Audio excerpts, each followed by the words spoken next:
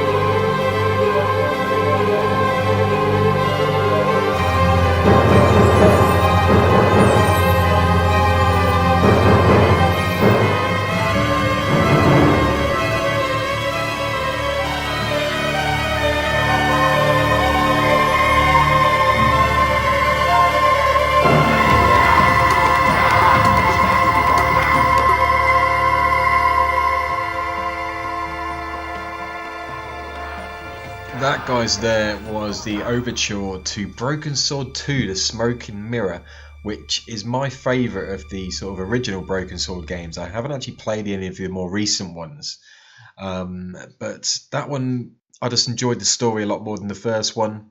I remember originally getting a demo of it on a PlayStation magazine and then ended up buying the game maybe a couple of years later when it was a lot cheaper on the PS1. Never great to use a control pad for the sort of point and click adventures. There would probably always be better on a PC, and ended up getting the Broken Sword sort of box set on the PC many years later. But great games, and something I should probably revisit again, to be fair. It's a series that's had its odd breaks but then come back. And it's, the point and click games are good fun. There's a Back to the Future one that got released on the PS3 and on the Wii and the PC a few years back, and it was awesome. I had a lot of fun playing that and got stuck on a little bit and didn't want to have to resort to a guide, but that's probably where I'm going to have to go just to be able to figure out where I'm headed next with that. There's a lot of trial and error on that stuff, and sometimes it's staring you right in the face and you just miss it, and I think I need that kick up the butt sometimes to find that thing I've just been missing. But obviously that was more of a sort of chilled piece, a more powerful piece. So we're going to go with something a bit more upbeat from the PS1 era. This is the original theme from the first Ridge Racer game. Ridge Racer! All right, everyone, 1 minute to go. Are you ready? The engines sound like they're ready to go. Are you all set?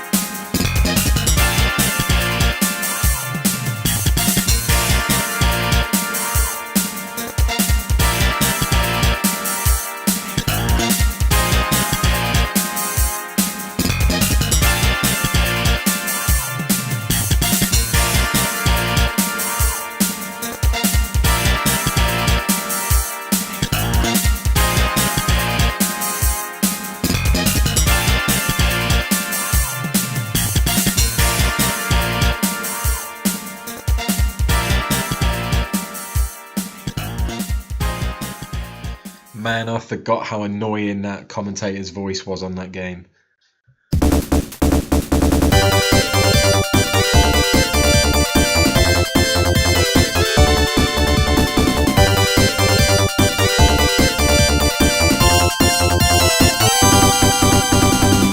Now, I didn't have to say any of these were particularly long songs when they were playing.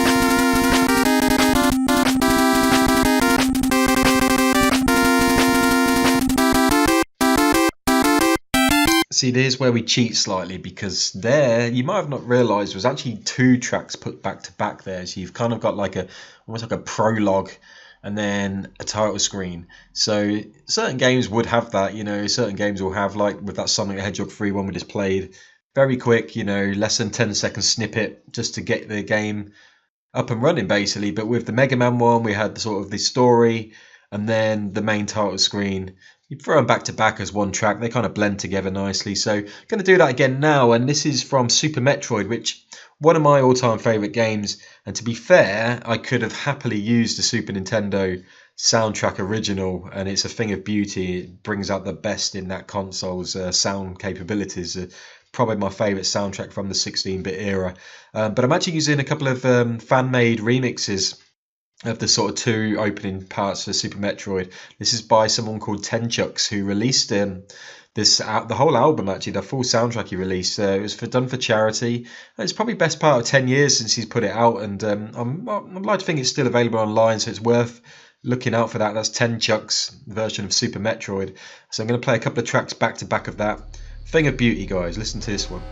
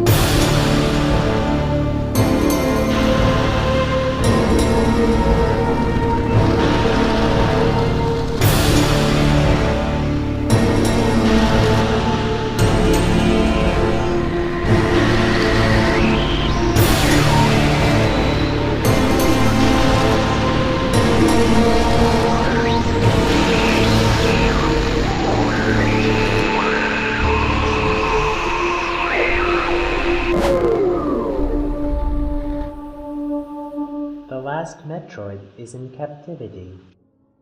The galaxy is at peace.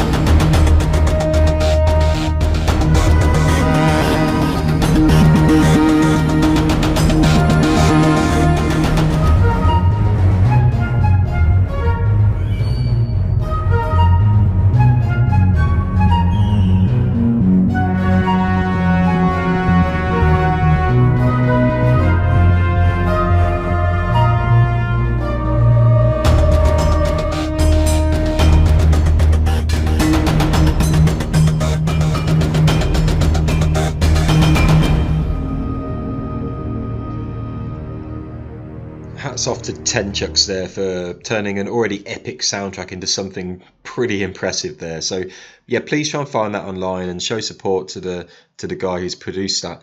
I really should look into seeing if he's done any other work on any other games, because I'd be really looking forward to listening to sort of fan projects like that. And obviously, you've been able to showcase them on this show, so check that out. Tenchuck's Super Metroid soundtrack. We're going to go with a little bit more simple now from Super Mario Paint.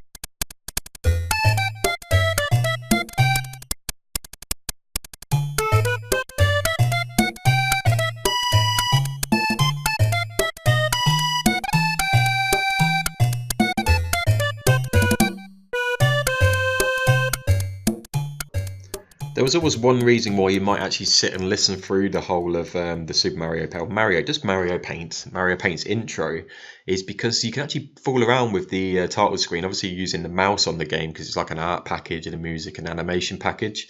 But you could click on all the letters of Mario Paint and it'd do something on the screen or mess around with the sound or something. It's actually worth having a little fiddle with. So you'd often sort of play through the song, mess around with different things. It'd drop things in and out, drop letters, hit Mario, random things. So if you ever get a chance to play Mario Paint, have a little click on all the letters and stuff when you're playing the intro, and yeah, see what fun you can have with that, because yeah, it is a lot of fun, that game, and obviously been surpassed by anything that a PC can do nowadays, but always had that Mario charm, and obviously it sold well, and there's a surprising lot of games on the Super Nintendo that use the mouse. It's worth looking up the list, because I mean, I think I only ever used it on Super Mario Paint. The only other games I had that could have used it, I think, were Lemmings 2: The Tribes, and I also owned Doom, which apparently you could use the mouse with, which I'm surprised I never tried. I still have the mouse somewhere. I have to dig that up and give that a try. Right, we're going to move on, and we're going to play a couple of fighting games back to back now, a couple of fighting game intros, both really cool, especially the first one I'm going to play. This is from Tekken 2 on the PS1. The intro videos of Tekken games were always awesome, and luckily the soundtracks do them justice too.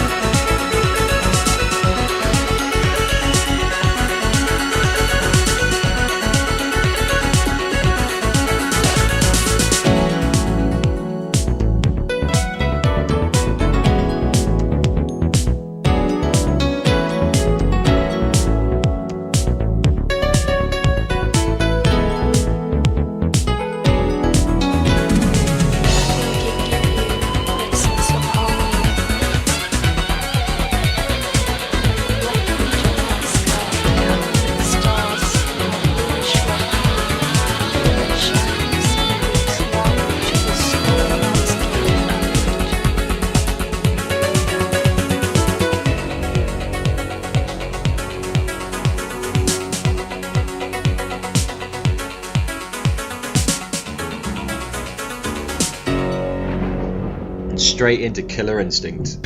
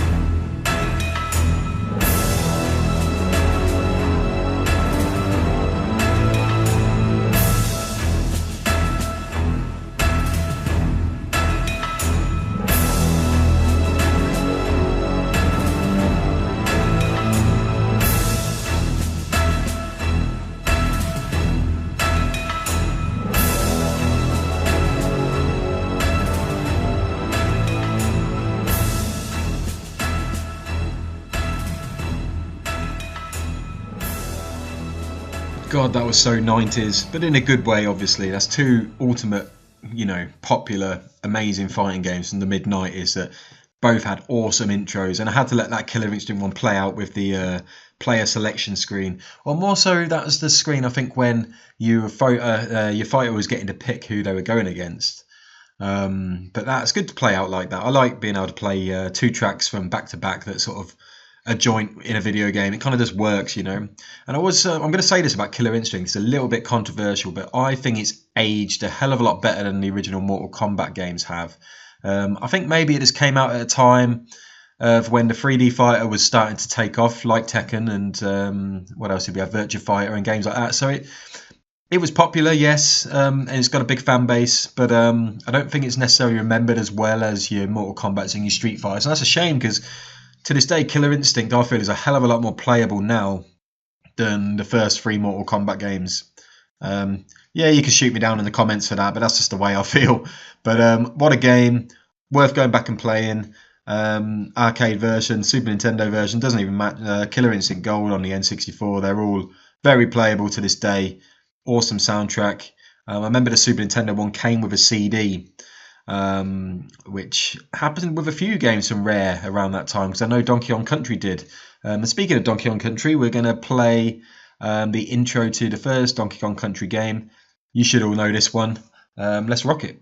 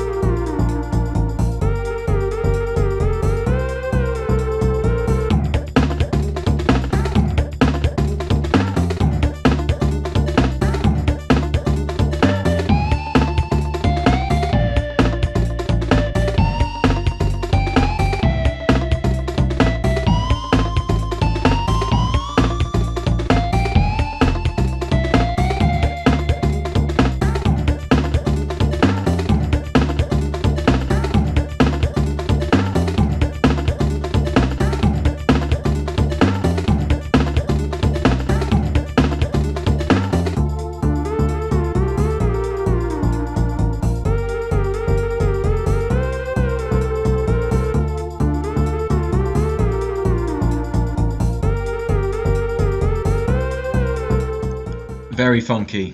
Not a cheeky dig at Funky Kong there, but that was pretty funky. We'll play the Funky Kong theme another time, because that's pretty funky as well. So thank you for listening, guys. We're up to the end of another episode. I'm going to cheat a little bit with the next song again. It's not actually that old a game, but you know how there is with the modern games that are very much influenced by 8 and 16-bit graphics, and obviously sound, and obviously that counts for this. So it's a very retro themed song. Obviously, guys, really want to make this show grow, either on Mixcloud or YouTube. I don't care how you're listening. I just appreciate you listening. So please spread the word about this new show. I don't think there's too many of this sort of type about, where they'll be playing songs from the retro gaming scene and having a chinwag while we're doing it. So please spread the word. I hope it picks up a little. But, you know, either way, I'm having fun doing them.